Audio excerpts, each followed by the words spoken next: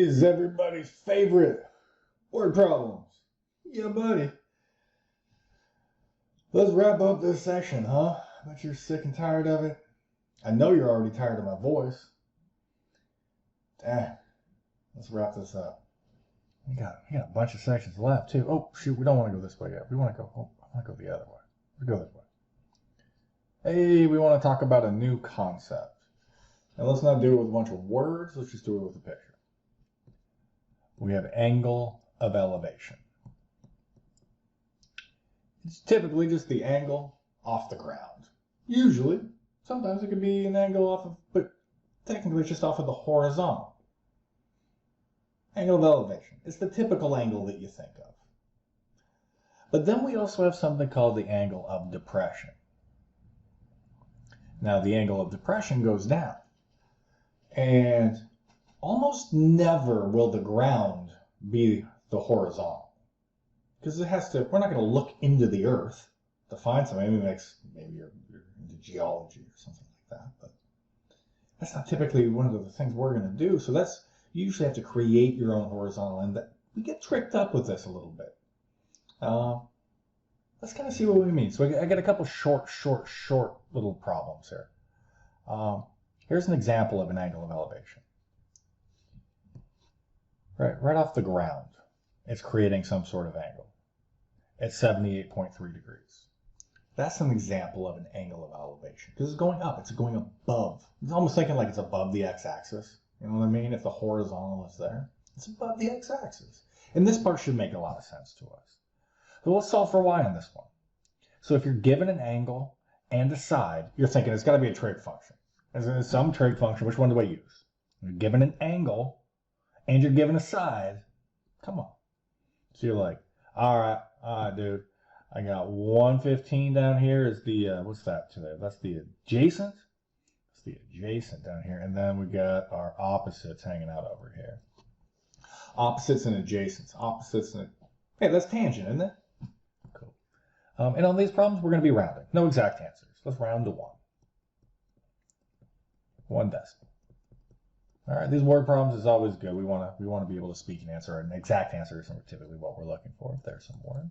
So we say tangent of 78.3 degrees because that's where the angle goes. It goes inside the trig function. This is called in the argument. And it's equal to our opposite over our adjacent. So y over that 115. Well, shoot, let's multiply that 115 on over to the other side, right? We're trying to get that y all isolated, so let's get that frickin' number away from it. Don't be afraid of that big-ass number. Or, I mean, the word that represents a number. Oops. So, there's one thing that, let me rewrite that. You barely even read it. 78.3 degrees. That's a number. Tangent of 78.3 degrees, that's just a frickin' number. I don't know what it is. I'm pulling out my calculator. 115 times tangent of 78.3 degrees. I'm making sure I'm in radians as I do it. And I get it, and it's like, look, dude, y is approximately 555.31. That's just around to 1 decimal. So you write down 2, you look back and go, nah, that's not 5 or bigger. Get rid of it. We look at the units and we go, feet. Y is equal to 555.3 feet. And we must use those. We got to use feet and miles and inches in word problems. Hey, how far do you drive to school? 6. Okay. Yeah, usually we want to throw in a little bit. Let the person know what they're talking about. All right, here's my beautiful drawing. I couldn't find an example in your textbook of an angle of depression, except in their problems, so that was nice of them. So the angle of depression is 33 degrees. We want to draw it here. Now this is a good example, maybe the camera. This reminds me of back in the day. I was telling you, yeah, never mind. I'm going to get off that topic. Okay, so there is some sort of angle that's coming down. I don't know. My writing's not very great. Yeah. Boom. There it is. The angle of depression. So it's looking at my head. It's looking at my head. Now, where the angle of depression is not, it's not here. It's not part of the right triangle. We have to make our own. It's weird. Like this. And you just make something that's parallel to the ground. This is our horizon. And it's actually going to be right here. It's that angle. So it goes off the parallel, but it goes down. It's got to go down, not here. It goes up there. All right, that's weird, huh? You get a problem like that? It happens all the time. All the time. We want to put it over there and create a triangle out of it, but you got to create your own little different triangle. Like when we solve things, we do it like this. Make a triangle go in the other direction. A little weird, but I thought I'd show it to you. Okay. Now, if you're like, I can't deal with a big-ass word problem, you can just tune out because this is going to take a little bit. This is going to take a bit.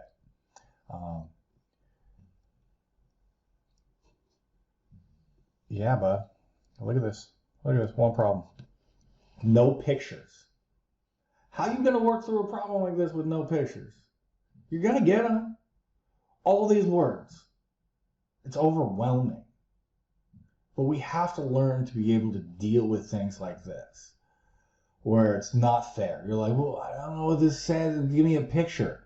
That shit happens in your physics classes, in your math classes. So let's see how we get past it. How do we read through? I mean, one thing you could do is just start ripping all the frickin' numbers out of there. I mean, just be like, where's numbers? Cool. All right. Well, I found the numbers. It's a math class. Neato. And then we'll go to it. So let's read through. And then we're going to draw a picture, because that's how you deal with a word problem. I can't tell you how many tests I took and had no clue what was going on while reading the word problem. And I just drew a frickin' picture and went, huh, no shit. That's what's happening. So, and remember, everything's a frickin' triangle. It's all a triangle. All right. So atop a building in Chicago is the statue of Ceres. That's the goddess of wheat, by the way. So there's a building, and it's got a statue on top of it. All right. Well, we just read the first part. Let's do one of these.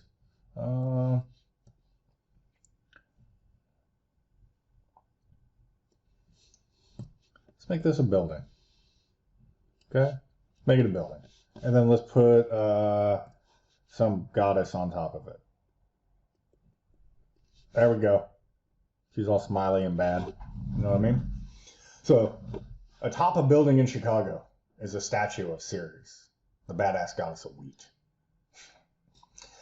Neat. So, from street level, right? So, I drew the street. I've done this one a few times in my life. And we can always assume we got a little right angle here. We say the two observations are taken 400 feet from the center of the building. Like, so we're just trying to say, like, the center of where the statue would be. So for 400 feet away, and we just say, like, I don't know, make it something 400 feet away. 400 feet. Oh, let's do it this way. Let's put a little person right here. Ah! What did they do? Oh, no. Make a little dude. A little dude down here. And we're going to imagine, oh, I messed up. Little dude's going to go in a manhole. We're going to put him right inside of a manhole. His head's going to pop up right from here. He's holding something. He's doing his little observations. All right. So from street level, two observations are taken 400 feet from. So that means this length right here, the center, that's 400 feet. We're not doing math. We're just like, construct what it says. What is it saying?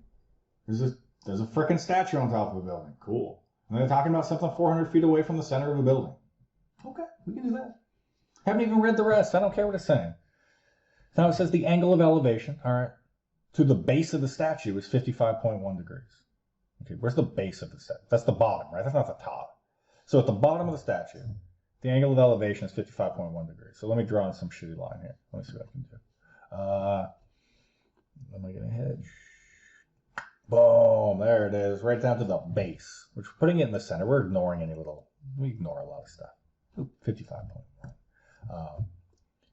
Ignoring that there might be some thickness to this statue. So 55.1 degrees to there. And then the angle of elevation to the top of the statue is 56.5 degrees. Okay. Boom. The bigger one here is 56.5 degrees. Okay. How tall is the statue? Shit. I don't know. Well, let's go find it. Let's try and logic it out. And we should be thinking one thing over and over and over. Right triangle, right triangle, right triangle, right triangle, right triangle. Let's go with the right triangle. Just let's look. Look at this sucker.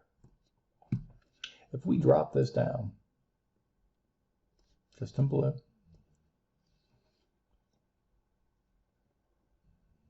don't we have a right triangle? We got a right triangle. So let's draw that right triangle right over here. It's not to scale. So it's still 400 feet on the bottom. So 400. We got our 55.1 degrees. And then there's some height. The height of the building is over there. Do you mind if I just call this X? I'm just going to call it something. X. Because look, that would be the opposite and that would be the adjacent, the 400. Well, maybe we could talk about tangent or something, or maybe solve shit. You know, maybe. But as well, we have another triangle. So let's I'm going to remove the other nonsense so you can kind of see it. Like, oh, the green triangle. This green one that we could make right up to the top. Bring it down. And now we have another triangle. But now we can call this height, maybe go with Y. So Y is all the way up to the top. And then X is just right here. Because we want to know the height of that statue. Oops. We want to know the height of the statue right here. Huh? This guy? Maybe it'd be the difference between Y and X. You know, all the way to the top, minus just to the top of the building. And that might just leave us with? Yeah, dude. How tall is Sirius? Okay. So we'll draw our triangle in. We'll do this. Just making it so we can see it. We're like, boom, this one's going to be 56.5 degrees. It's still 400 feet down here at the bottom, but now we're going to call it Y. Dude, just by writing some shit down, making some pictures, we're like figuring stuff out. And we're going to be like, Y equals Y minus X. You know what that's going to be? That's going to be Sirius's height. Yeah, duder. Let's go. So let's go solve for Y and X. See, you had to be able to solve for these before. Now we're actually utilizing it. So these are, when you look and you see opposites and adjacents, you think tangents. If we knew how long this piece was over here, we'd be thinking, oh shit, well let's go with some sines or cosines. But since we don't have the hypotenuse, we go to tangent. Tangent is our hookup. So we write it in. We're like, tangent of 55.1 degrees is equal to. And don't be trying to solve it. Just write it down. Who gives a shit where it goes? You're like, opposites X, adjacent's 400. Hey, convenient. The number ended up down in the denominator. Sometimes it's in the numerator and the X values in the denominator. That kind of sucks. So we can just multiply the 400 on out of there like we've done in the past. 400, 400, gone. And we have that it's our X value is 400 times tangent of 55.1 degrees. And I'm just going to leave that there for a second. I'll be back. Because we got to go get Y as well. So let's go get Y. And it's the same setup. It's going to be tangent again. You're going to get tangent of 56.5 degrees is equal to our opposite over our adjacent, or Y over 400. Once again, we'll multiply over our 400 and find out. We get 400 times tangent of 56.5. Well, we know that the height of our statue is going to be just Y minus X. Why don't we just go punch that thing into our calculator? We write down the Y minus X. What's that going to approximately equal? So maybe if we actually, look at the shit writing. Come on, dude. Come on. Better than that. So we can say Y minus X is equal to 400 times tangent of 56.5 minus tangent of 55.1. Oops, I cheated. I'm going to use a parenthesis. I factored the 400 on the outside, so it's just going to make it easier for me to punch in my calculator. You don't have to do that, but I'm just being a jerk right now. So tangent of 56.5, I'm actually punching this in at home. 0.1. Quack, quack, quack, quack. And I'm going to find out that I did not do that right at all. I made a mistake. So hold on 1 second. Sorry about that. I knew the answer. My calculator said something different. It scared the shit out of me. There's actually nothing wrong with what I had written there. I had fat thumbs. It happens. I got 30.94 approximately by punching it in feet. So we'll say 30.9 feet. And that's it. This is a long one. That's a tough problem. But I've been showing students this since I started teaching. You understand this problem, it's going to go a long ways. We usually throw it back in on the final or something like that, and maybe on your first exam, something similar. If you have a problem that's kind of like this, same sort of game in your homework. So next time we talk, it'll be 1.4.